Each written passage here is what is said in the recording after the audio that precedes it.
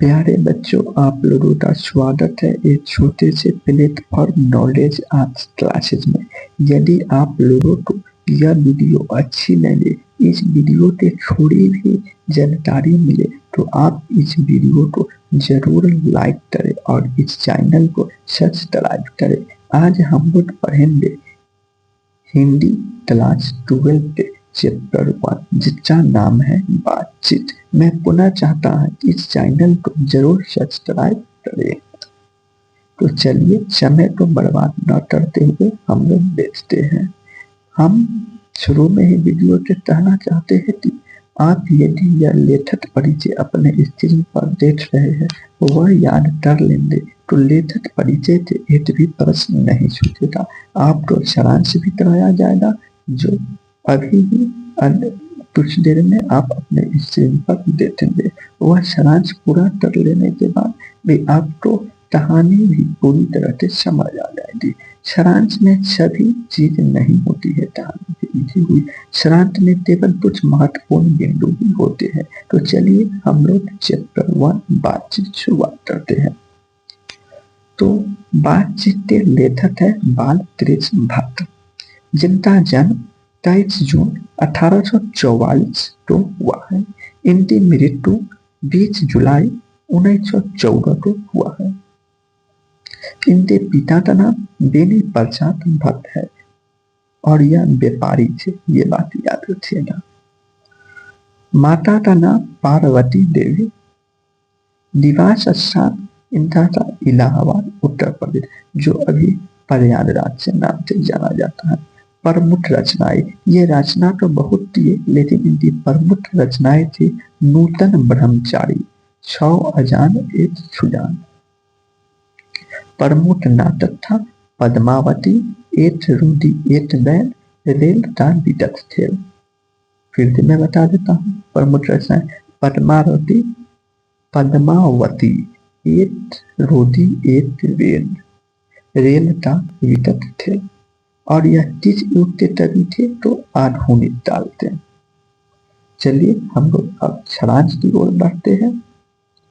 तो मैं आशा करता हूँ कि आपको यह लेखक परिचय अच्छी तरह से समझ आया होगा। मैं पुनः दोहरा देता हूँ। इस पहला चैप्टर है हिंदी के क्लास 12 जिसका नाम है बातचीत। इनके लेखक के नाम है बाल कृष्ण भट्ट। जन्म हुआ है 23 जून 1844, निधन हुआ है 20 जुलाई 1914। पिता का नाम है बेनी प्रसाद भट्ट, माता का नाम है पार्वती देवी, निवास स्थान है इलाहाबाद उत्तर प्रदेश, जिसे वर्तमान में प्रयागराज के नाम से जाना जाता है। प्रमुख रचनाएं हैं नूतन ब्रह्मचारी, 100 अजान एक सुजान।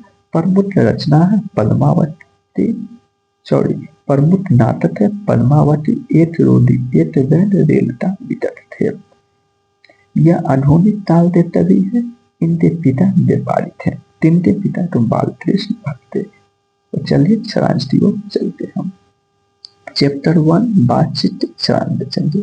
तो कोई भी सारांश लिखेंगे तो सबसे पहले हम लिखेंगे प्रस्तुत निबंध बातचीत के लेखक बाल कृष्ण भट्ट है।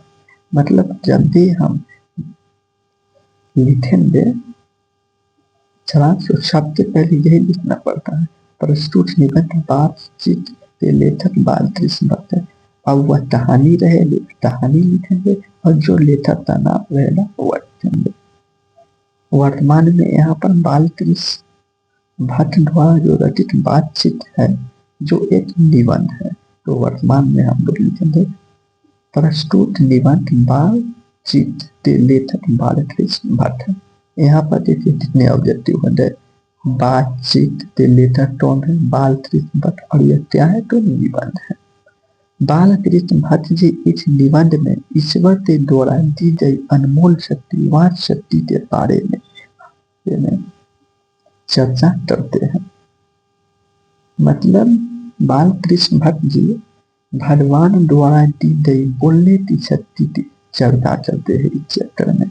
यदि कहीं पर टाइपिंग मिस होगा तो हम बोल देंगे। बाल कृष्ण भट्ट जी कहते हैं, देखिए यहाँ पर टाइपिंग थोड़ी मिस है। बाल कृष्ण भट्ट जी कहते हैं कि यदि मनुष्य के पास वाक शक्ति न होती तो हम नहीं जानते कि इस ढूंढी दृष्टि का क्या हाल होगा। मतलब बाल कृष्ण भट्ट जी कहते हैं कि हम तो पता नहीं होता इस ढूंढी, यदि किसी के पास वाक शक्ति न होता तो इस दुनिया का क्या होता। वह कहते हैं सब लोग लुच पुच अवस्था में एक कोने में बैठे होते। बिल्कुल बात सही है, यदि किसी के पास वाक शक्ति न होता तो सब एक कोना में बैठा रहता, न कोई किसी को अपना समस्या बता पाता, न दूसरे हमें अपना समस्या बता पाते। उसके बाद वे कहते हैं, वे बताते हैं कि जहाँ जिंदगी मजेदार बनाने के लिए खाने पीने चलने फिरने आदि की जरूरत होती है, ठीक उसी प्रकार बातचीत करना भी बहुत जरूरी है। मतलब बात कृष्ण भक्त जी कहते हैं जैसे जीवन को जीने के लिए घूमना जरूरी है, खाना जरूरी है, उसी प्रकार बातचीत करना भी बहुत जरूरी है। लेखक कहते हैं, मतलब बाल कृष्ण भक्त जी कहते हैं कि हमारे मन में जो कुछ मवाल या धुआं जमा रहता है वह बातचीत के जरिए भाप बनकर हमारे मन से बाहर निकल जाता है, जिससे हमारा मन हल्का और स्वस्थ हो जाता है। हमारे जीवन में बातचीत का भी एक खास ही मजा होता है, जो आप लोग तो जानते ही होंगे। महान विद्वान वेन जॉनसन का कहना है, मतलब इसमें वेन जॉनसन की चर्चा की गई जो एक विद्वान थे। तो वह कहते हैं, मतलब कि वेन जॉनसन का कहना है कि बोलने से ही मनुष्य के रूप का सही साक्षात्कार होता है। जब तक मनुष्य नहीं बोलता है तब तक उसका गुण दोष प्रकट नहीं होता है। मतलब वह कहते हैं जब तक मनुष्य नहीं बोलता है तब तक उसका गुण प्रकट नहीं होता है, न ही उसका। अब यहाँ पर एडिशन की चर्चा की गई है। एडिशन कहते हैं कि असल बातचीत सिर्फ दो व्यक्ति के बीच होती है। वे कहते हैं कि 4 से अधिक व्यक्ति के बातचीत तो राम वाली होती है।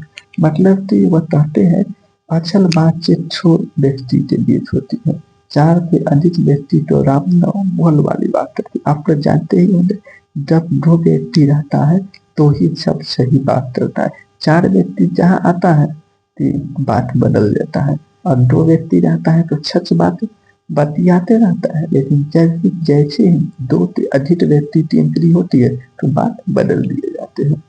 अब यहाँ पर चर्चा की गई है यूरोप के लोगों में बातचीत करने का एक अलग हुनर पाया जाता है। बिल्कुल सही है, जिसे आर्ट ऑफ कन्वेंशन कहते हैं। मतलब बाल कृष्ण भक्ति कहते हैं यूरोप के लोगों में बातचीत करने का एक अलग ही हुनर पाया जाता है, जिसे आर्ट ऑफ कन्वेंशन कहते हैं। बाल कृष्ण भक्त जी कहते हैं कि हर व्यक्ति को अपने अंदर ऐसी शक्ति को विकसित करना चाहिए जिससे कि वह अपने आप से बात कर लिया करे।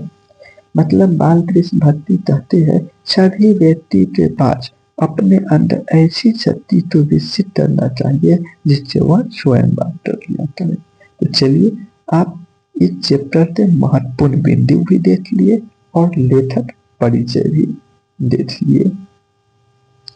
तो हम आशा करते हैं आपको यह वीडियो समझ आई होगी। मैं फिर से कहता हूँ, यदि आपको इस वीडियो से थोड़ी भी जानकारी मिली है तो आप इसे चैनल को लाइक करें और इस चैनल को सब्सक्राइब करें। धन्यवाद। जय हिंद।